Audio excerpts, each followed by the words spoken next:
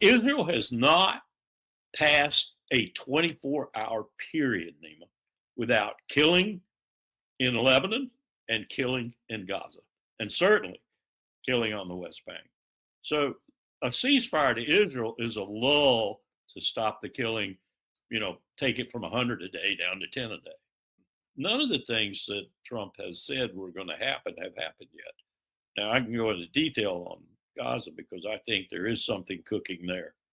I think it's cooking on at least 3 burners on a 4-burner stove right now. They killed a lot of people, but most of those people were women and children and innocent civilians. Yeah, from time to time, they might have been at gunpoint or maybe even willingly helping people in tunnels and that sort of thing. But I don't think it was widespread. I think mostly he killed innocent people. And I think Bibi knows that. I think the IDF knows that they're killing innocent people. But they've come to a point where killing for them is an end in itself, just killing. And that's Netanyahu's plan. He's never deviated from that plan. And he's not deviating now. He's just bowing to some realities that occurred for a few moments. But he's right back on track again. And what he's doing on the West Bank right now is equally egregious to what he was doing in Gaza. So nothing's changed really, except maybe the scene a bit. And he has assuaged to a certain extent some of the ill will against him, which was growing to a crescendo, by getting some of the hostages back. Look at the euphoria that we have made over the hostages and compare that with, for example, mainstream media in America's coverage of the deaths in Gaza, the horrendous deaths in Gaza. The joy over the hostages coming back has gone way past any coverage of the slaughter in Gaza on whoever is in Israel, because I don't think Netanyahu is going to last much longer. I'm going to put the hammer down and I'm going to tell them, I'm going to draw them a map and I'm going to say, this is your country. Do not cross any border. Do not pass go. Do not collect $200. Do not attack anybody. If you do, then it's over. We'll sever our relationship with you. That would be the most effective thing he could do. Now, he's not going to do that, but he could scare them. He could scare them badly enough to where they would more or less conform to what he's saying. And without Netanyahu, and Netanyahu probably in jail and crying and screaming from his cell, this would be a very opportune time to do it.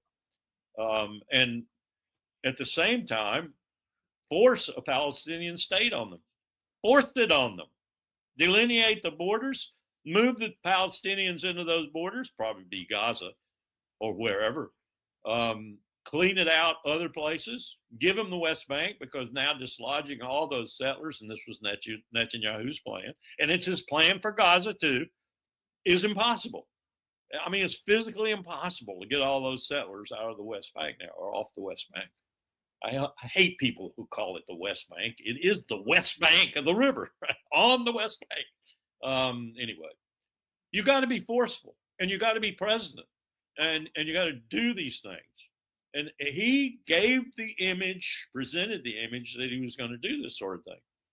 I don't think he is that ignorant of military operations and U.S. operations in particular to do that. His inclination was to get him out of Syria. I understand we've doubled the number in Syria now, so it'd be interesting when somebody tells him that. Hegseth is going to tell him that, and then he's going to probably explode. I don't know if it's going to be a public explosion. It may be an explosion at Hegseth, even though he's not responsible for it. Doubling, and Biden did that. Biden did that right before he left. He put another 3,000 American troops into Syria. So now there's close to 6,000 and about 3,000 contractors. And God knows what they're doing. But this is the kind of thing that could drive Trump to, some ultimata about this kind of thing. Because he understands that. When Tulsi gets in there, if she gets in there, and starts to tell him some of the things, I hope she tells him, that are being hidden from him right now by the CIA, he's going to be livid. And he's going to enforce the thing he said he would do. You're the only person going to report to me. I don't want to hear from anybody else. I want you to find out the truth as close as you can and give it to me, and give it to me on a daily basis, because I'm not going to put up with these people doing all these nefarious things when I'm telling the American people one thing and we're doing something else. because they don't believe that I'm serious, or they believe I'm naive and can't check them from doing it. And if Trump gets that kind of deal and gets it going, then we've got a whole new dimension here to what's happening in the Levant. And I don't know if that's going to bring negative pressure on Netanyahu or no pressure at all, so he can continue to march with his bloodthirsty killing and his land acquisition. And I'm really worried about Syria in that regard, because I'm being told every day that they're creeping further and further into Syria. And Turkey has let it be known that they're not too happy with that either. So we could have a confrontation there as well. There are a lot of things cooking in the Levant, but the big thing is Trump working a deal with the Iranians, kind of ignoring the Israeli situation as Netanyahu doesn't let it get too badly out of hand, but keeps on killing, and forging this big deal that'll include Lebanon, rebuilding Lebanon, and basically MBS will pay for it all. And we'll say somewhere in the codicil, as I said, that eventually, there'll be 2 Palestinians left, and we're going to give them a state right over here. We'll call it Bantustan North. I mean, they're already killed at 150,000 probably have been killed, of whom fully half, and of that half, well, I should say, are not men, of that half, or children, of that half, probably half again are children. I mean, those are the casualties. This bullshit of 45,000, pardon my French, 45,000, 50,000, whatever the hell it is, the Hamas health ministry is reporting, or Israel's reporting, it's triple that they've killed. It's triple that. And most of them, many of them anyway, will not be found because they're under the rubble so deep that when they do start some kind of reconstruction, they'll just plow them under. MBS is talking about a codicil on this deal.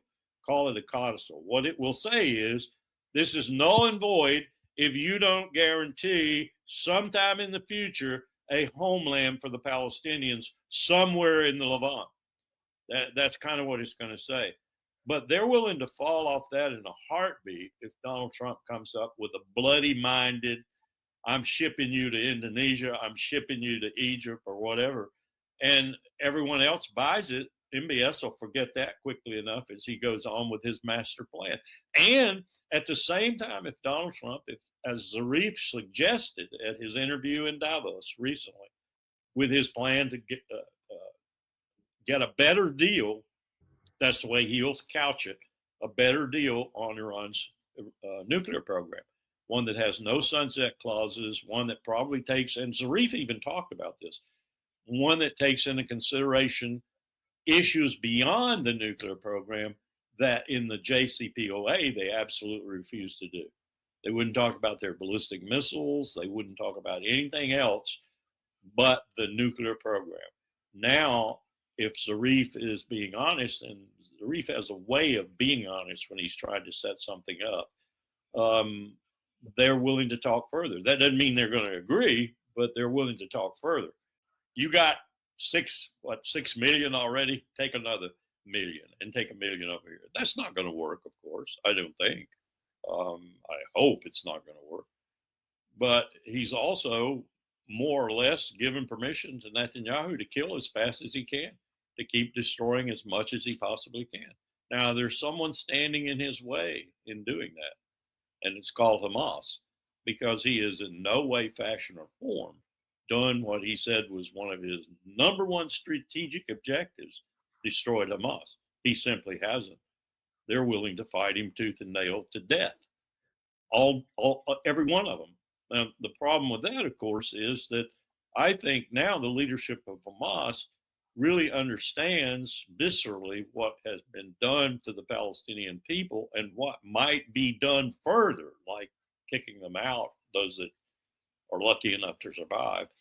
And so they're in council, as it were, trying to figure out just how much further they go with this and how much further ultimately they alienate the remnants of those people, because if they resume the kind of combat that they were carrying out before, they will not only bleed the IDF to the point where it'll probably collapse and fall apart, they will also ruin Palestine.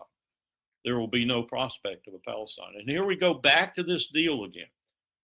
And that's the nature of this conflict. It's the nature of our relationship with Israel.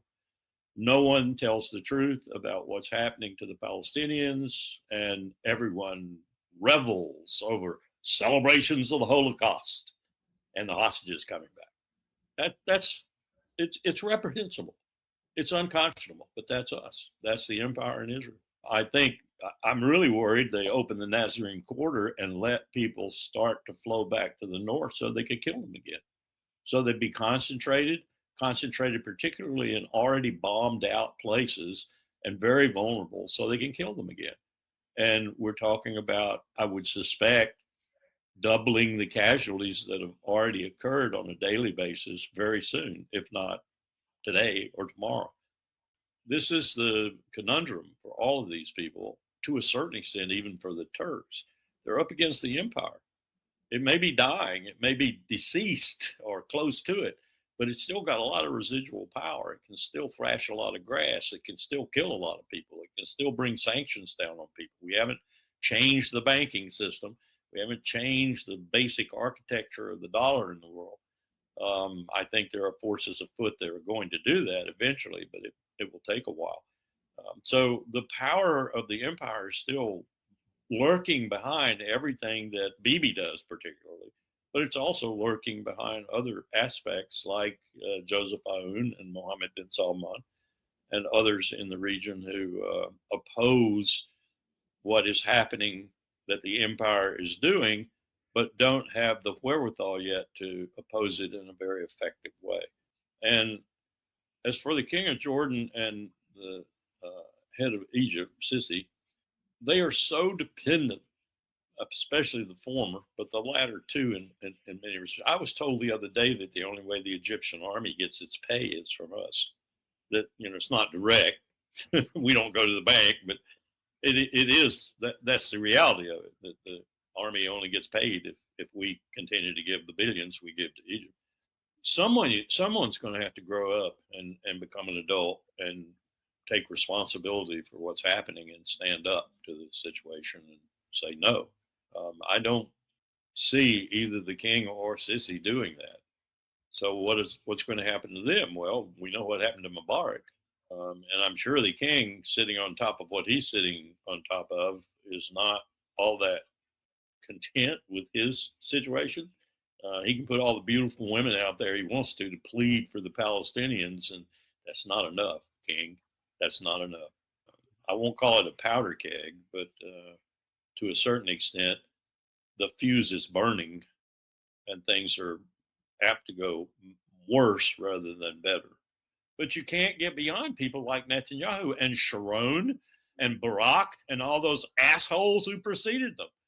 And you can't tell me there aren't some Jews in Israel that don't understand what I just said, and were they brought to power would do differently. Not going to happen the way it is right now. But they're happy right now, moving slowly and carefully. That changes, at midnight. We wake up the next morning and China has decided to very forcefully oppose the empire and to seek all the allies that it can in the process, which it's already began to do. Then that could speed the demise of the empire fastly, but it could also speed the demise of the planet in terms of human life, because we will use nuclear weapons. There's no doubt in my mind we will use nuclear weapons once we see that we have no other alternative, and China is going to be the ultimate hegemon unless we destroy enough of it to where it isn't. We will go nuclear. We will be the ones to use the weapons. We will be first. China and Russia could make this an accelerated process if they wanted to. I don't think the Chinese want to. I think the Chinese are very happy to continue to march at the relatively slow but methodical pace that they are going, replacing, port in Georgia, port in Sri Lanka, port in Peru. The pace that they've established for themselves is, by the end of this century, going to make them the number one economic and financial power in the world, and military power too. And that, that's a lot of conversations with this about people from the strategic party from the Strategic Party School and the Central Party School, and others like Hu Jintao, who was, as I recall, he was the vice president who was head of the Central Party School, but right before he was moved up to be the head guy, and then ignominiously was gotten rid of because Hu Jintao had the old attitude, and Xi Jinping didn't like the old attitude. The old attitude was Deng Xiaoping, Deng Xiaoping's attitude. Xi Jinping is not Deng Xiaoping. So there's a different flavor to the Politburo now, and that flavor says to me that they have created for themselves not too different a complex for the military than we have. And so they've got to contend with that now like they've never had to contend with it before. And that's what's going to cause the war in the South China Sea as much as anything else, the empire included. So that's another deal. If Nicaragua is doing this, Rubio hates the Ortega, the clan. He hates the Ortegas the way I hated the Somoza group when they were in there doing our bidding in Nicaragua. We don't care as long as they're dictators doing our bidding, but when they're dictators like Ortega, who apparently is putting his family in all the major positions in Nicaragua. So I don't blame Rubio for being a little skeptical about what's happening. But at the same time, it's Nicaragua. It's not us. It's not our state. It's not our country. So who are we to tell Nicaragua what to do or whom to do it with? And I'm quite confident the Chinese are very much behind most of the financing and effort with the new canal. Yeah. And I'm interested in this Panama Canal business now because I've been looking into it. And, you know, they are actually, and Marco Rubio is going to take probably a shot at this because I understand that they're well along with the drawings, the blueprints, whatever you want to call them, and they've actually broken ground in Nicaragua for a new canal. And, you know, it really is a good move because I think I pointed out on one webinar anyway, or one interview, the Panama Canal is having some troubles. They got backwater coming in, they got seawater coming in, they've got problems that would probably preclude any further modernization of the locks in the canal to take bigger ships. And so if they're building one in Nicaragua, they're going to take all of that in consideration and probably make it, you know, good for 50, 60 years, contemplating the future and future ships. I've seen some of these ships the Chinese are putting out now. Have you seen them? They are humongous. They're monsters. And I'm not even sure this latest one that China just kind of put out and, you know, is testing right now. I guess it's on its sea trials. I'm not sure it'll even go through the Panama Canal, even the way it's been enlarged. And I found out the other day I'm doing an interview with Georgia TV, Georgia Tbilisi, you know, the TV in Georgia. And I find out that the Chinese just bought the main Georgian port. So I'm thinking, okay, and now the CIA's got an even greater motivation for being in there and trying to overthrow the Georgia Dream Party because they're the ones that want to maintain balance, you know, between Russia, EU, NATO, and Washington. They don't want to be on anybody's side. They want to be neutral, which is the smart thing to do if you're a country like Georgia and you want a peaceful economic future. But the CIA's in there trying to overthrow the Georgia Dream Party. And now if the Chinese have bought their major port, that's just going to be more incentive for the CIA to put that money in there. And you heard that Salome is now working at the McCain Institute in Arizona. The one who wouldn't leave, Salome Zakatrovili or whatever, you know, she was the woman who was in charge of the previous party, which was in line with the United States and with the EU. And she refused to leave after the election was won by the Georgia Dream Party. But now she's been imported into Arizona in the United States, and no doubt is going to be put in charge of an NGO that'll go back and try to overthrow the Dream Party in Georgia. This is how we do business. This is the empire work. And so the Saudis and the OPEC cartel in general, and the Russians too, in some ways, are not going to, you know, cut their own throats, regardless of what the U.S. president says. And if you put their product together, they dwarf ours. Well, they don't dwarf it, but they're more than ours if you put all of that together. If you put OPEC, Russia, and the other oil producers like Iran together, then they exceed ours. And Venezuela too. Although greatest oil reserves in the world by some estimates, but it's such high sulfur content that you got to have the refining capacity that we do, for example, in order to use it. So it's a great treasure, but it's not quite the treasure that Venezuela probably wishes it was. Now, I know there are some real qualifications to what I'm saying in terms of if you look at everything from just plain crude oil to refined products to all the derivatives and such, the United States is not necessarily the champion of the world's oil markets. But in terms of gross figures, it is more than Saudi Arabia, more than Russia, more than Iraq. And Iraq has cut its production in order to meet OPEC demands, and Iraq doesn't really want to because that's cutting its revenues seriously. But it has. Does he not know that the greatest producer on the globe is the United States of America? What is he saying? I mean, are you not willing, unlike the people you're asking to do it, are you not willing to use your power to do it? MBS is not going to make a deal with Donald Trump and with Israel for an expanded Abraham Accords, and that's MBS's plan now, and put all the money into Lebanon that he's promised and all the rest of the money he's promised to include Syria to create a condominium in the Levant, if you will. Of course, the Saudis will rule that condominium economically, financially, and otherwise. He's not going to do that if he can't get the price for his product that he needs for that plan to be fulfilled. I've had those conversations with Saudi oil ministers. I actually had it with a deputy oil minister who told me flat out, showed me, this is where we are. This is the range. In order to meet our 5-year plan, now MBS's deal is a 20 or a 25-year plan. In order to meet that, we can't incentivize renewables. We can't get the price so high that we incentivize renewables and thus put ourselves out of business a lot quicker than we would otherwise. So this is our range, and that range will change every decade or so.